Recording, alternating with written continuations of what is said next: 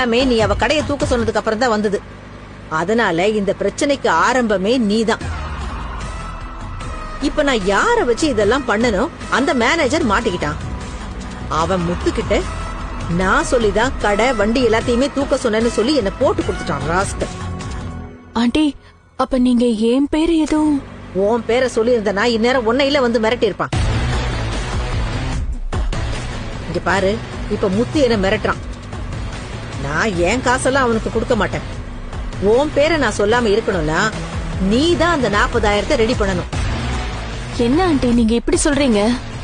நீங்க மாட்டினா என் பேரை சொல்ல மாட்டீங்கன்னு தானே சொன்னீங்க. அவன் போலீஸ் கிட்ட சொல்றேங்கிறானே. ஏதோ சின்ன சின்ன பஞ்சாயத்துனா நான் சமாளிச்சிருவேன். ஆனா போலீஸ் வரைக்கெல்லாம் போச்சுன்னா என் பேரும் கெட்டு போயிடும், என் தொழிலும் கெட்டு போயிடும். போலீஸ் வந்து என்ன கேட்டா நீ சொல்லிதான் நான் இதெல்லாம் பண்ணேன்னு சொல்லிடுவேன். பாத்துக்க. ஐயோ வேணாம் ஆண்டி, அப்படியெல்லாம் இது. அவ்வளவுதானே, ஒரு 1001 ரூபா மொழி எழுதலாம். ஏன் ரோகிணி எப்படி பாக்குற? அவ 1 லட்சம் ரூபாய்க்கு எனக்கு நகை போட்டிருக்கான்னு சொல்ற, நீ 1000 ரூபாய் மொய் வைக்கலான்னு சொல்ற. நான் பொதுவா கல்யாணத்துல 501 ரூபா தான் மொய் வைப்பேன். சரி, உன் ஃப்ரெண்டு கல்யாணமாச்சே 1001 ரூபா மொய் வைக்கலாம்னு சொன்னேன். சரி, நீ ஏன் சொல்லு, என்ன பண்ணலாம்? நீ 1000 ரூபான்னு சொன்னதுக்கு அப்புறம் நான் சொல்றதுக்கு என்ன இருக்கு? பரவாயில்ல விடு, நான் பாத்துக்கிறேன். என்கிட்ட இருக்கிற நகையை வித்து நான் அவளுக்கு பண்ணிக்கிறேன். நகையை வைக்க போறியா? வேற நான் என்ன பண்ண முடியும்? இது என்னோட ஸ்டேட்டஸ் இஷ்யூ. அவ எனக்கு பண்ணிருக்கா, நான் அவளுக்கு பண்ணலன்னா என்னதான் தப்பா நினைப்பான். நான் நகையை வைக்கிறேன், இல்ல எங்கேயாச்சும் கடன் வாங்குறேன். ரோகிணி நில்லு. ரோகிணி ரோகிணி ரோகிணி ரோகிணி ரோகிணி ரோகிணி திரும்ப வா. அதெல்லாம் ஒண்ணும் வேணா. நீ ஏன் இப்ப கோவப்படுற? உனக்கு எப்ப வேணும், எவ்வளவு வேணும்? அப்ப எனக்கு ஒரு 50,000 ரூபாய் கொடு. 50,000? கொஞ்சம் அதிகமா இல்ல? அவ எனக்கு 1 லட்சம் ரூபாய்க்கு பண்ணிருக்கா. நியாயப்படி பார்த்தா அதே அமௌண்ட்டுக்கு தான் திருப்பி செய்யணும். நான் கம்மியா தான் சொல்றேன். நீ இத போய் அதிகம்னு சொல்லிக்கிட்டு இருக்க. சரி சரி, நான் தரேன். எப்ப வேணும்? இப்பவே கொடு. நான் இன்னொரு 50,000 ரூபாய் ரெடி பண்ணிக்கிறேன். அப்புறம் அவளுக்கு வேற ஏதாச்சும் வாங்கணும். உடனே கொடுத்தாவணுமா?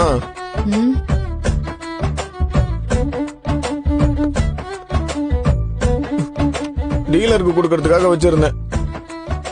இந்த இதுல 50,000 ரூபாய் இருக்கு. தேங்க்ஸ் மனோஜ்.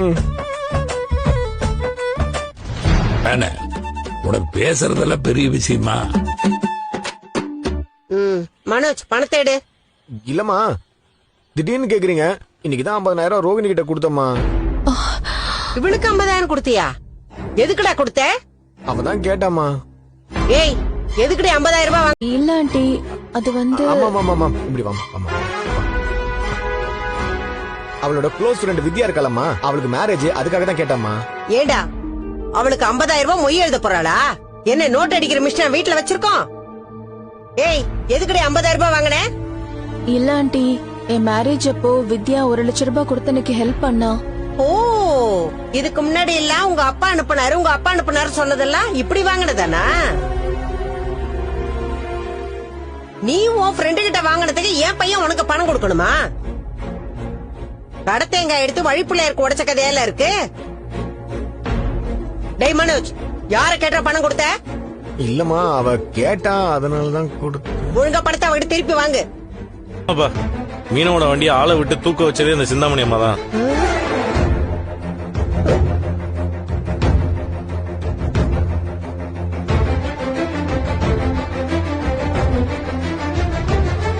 அப்போ இதுவும் அந்த பொம்பளை வேலை தானே?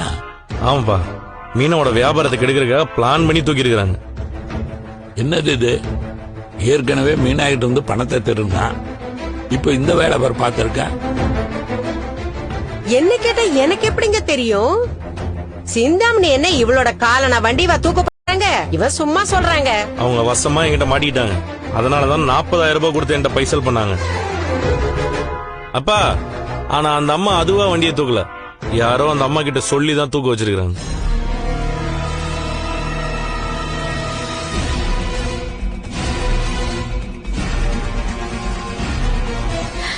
என்னங்க சொல்றீங்க?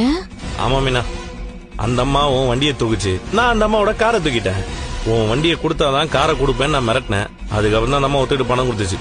ஏங்க இதெல்லாம் நம்புற மாதிரி இல்ல. வேணா அந்த அம்மாட்டே ஃபோன் பண்ணி கேட்டு பாருங்க. ஏன் எனக்கு வேற வேலையே இல்லையா? பாத்தீங்களா, அப்ப நீங்களே ஜகா வாங்குறீங்களா? அந்த அம்மா வேலையா தான் இருக்கும்னு நினைச்சேங்க. அவங்க யார் சொல்லி வண்டியை தூக்கிருப்பாங்க? அது யாருங்கிறதும் சீக்கிரமா மாட்டுவாங்க. நீ வண்டி போச்சுன்னு ஃபீல் பண்ணாத, நான் உனக்கு புது வண்டி வாங்கி தரேன்.